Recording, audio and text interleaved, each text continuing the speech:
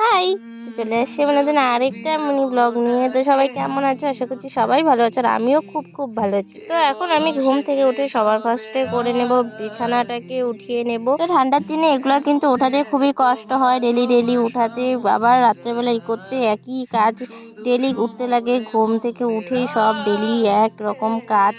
তো বিছানাটাকে আমার রেডি করা একদম ডান। তো এবার আমি দেখো জানলাটাকে খুলে নেব।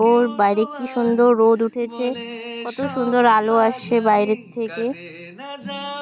তো আমি হচ্ছে রাত্রেবেলা, কালকে রাত্রেবেলা সব আমার যত আমার কি বলে ওটাকে খাজানা আছে ওগুলাকে সব বের করছিলাম।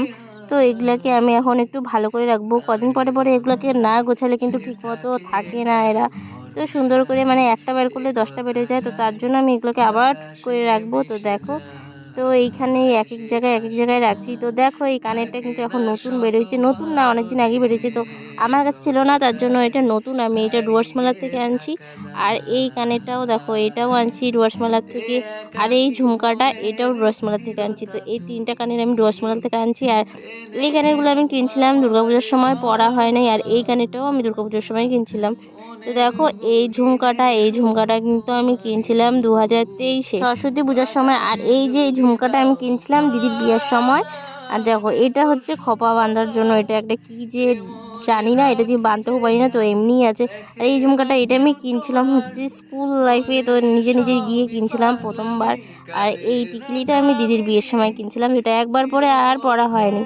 তো দেখো আমার এতগুলো খাজানা, এটাই আমার সম্পদ। তো এগুলোকে তো একটু ভালো করে রাখতেই হবে বলো, যত্ন করে, না হলে তো অগোছালো হয়ে থাকবে। তো তার জন্য আমি এগুলোকে ভালো করে বক্সের মধ্যে ভরে রেখে দিছি। তার কাপড়গুলোকেও এই ব্লাউজগুলোকেও একটু সুন্দর করে গুছিয়ে রাখছি। তো শোকেসের অবস্থাটাও একটু খারাপ ছিল, তো জামা কাপড় টানতে গেলে একটা টানতে 10টা বার হয়ে যায়। তো তার জন্য আমি এখন এইগুলাকেও একটু ঠিক করে রাখবো। তো দেখো আমার কিন্তু কাপড় গোছানোও হয়ে গেছে, এখন কিন্তু খুব সুন্দর করে আমি রেখে দিছি।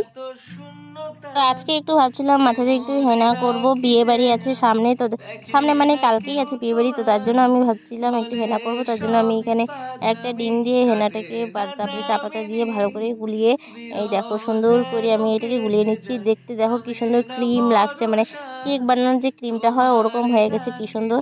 তো হাতের মধ্যে আমি গ্লাভস পরে নিচ্ছি, তো না হলে হাতটা একদম পুরো লাল হয়ে যাবে। তো তারপরে প্রথমে আমি চুলটাকে ভালো করে আঁচড়ে নেব, না হলে জট থাকলে ভালো করে লাগানো যাবে না।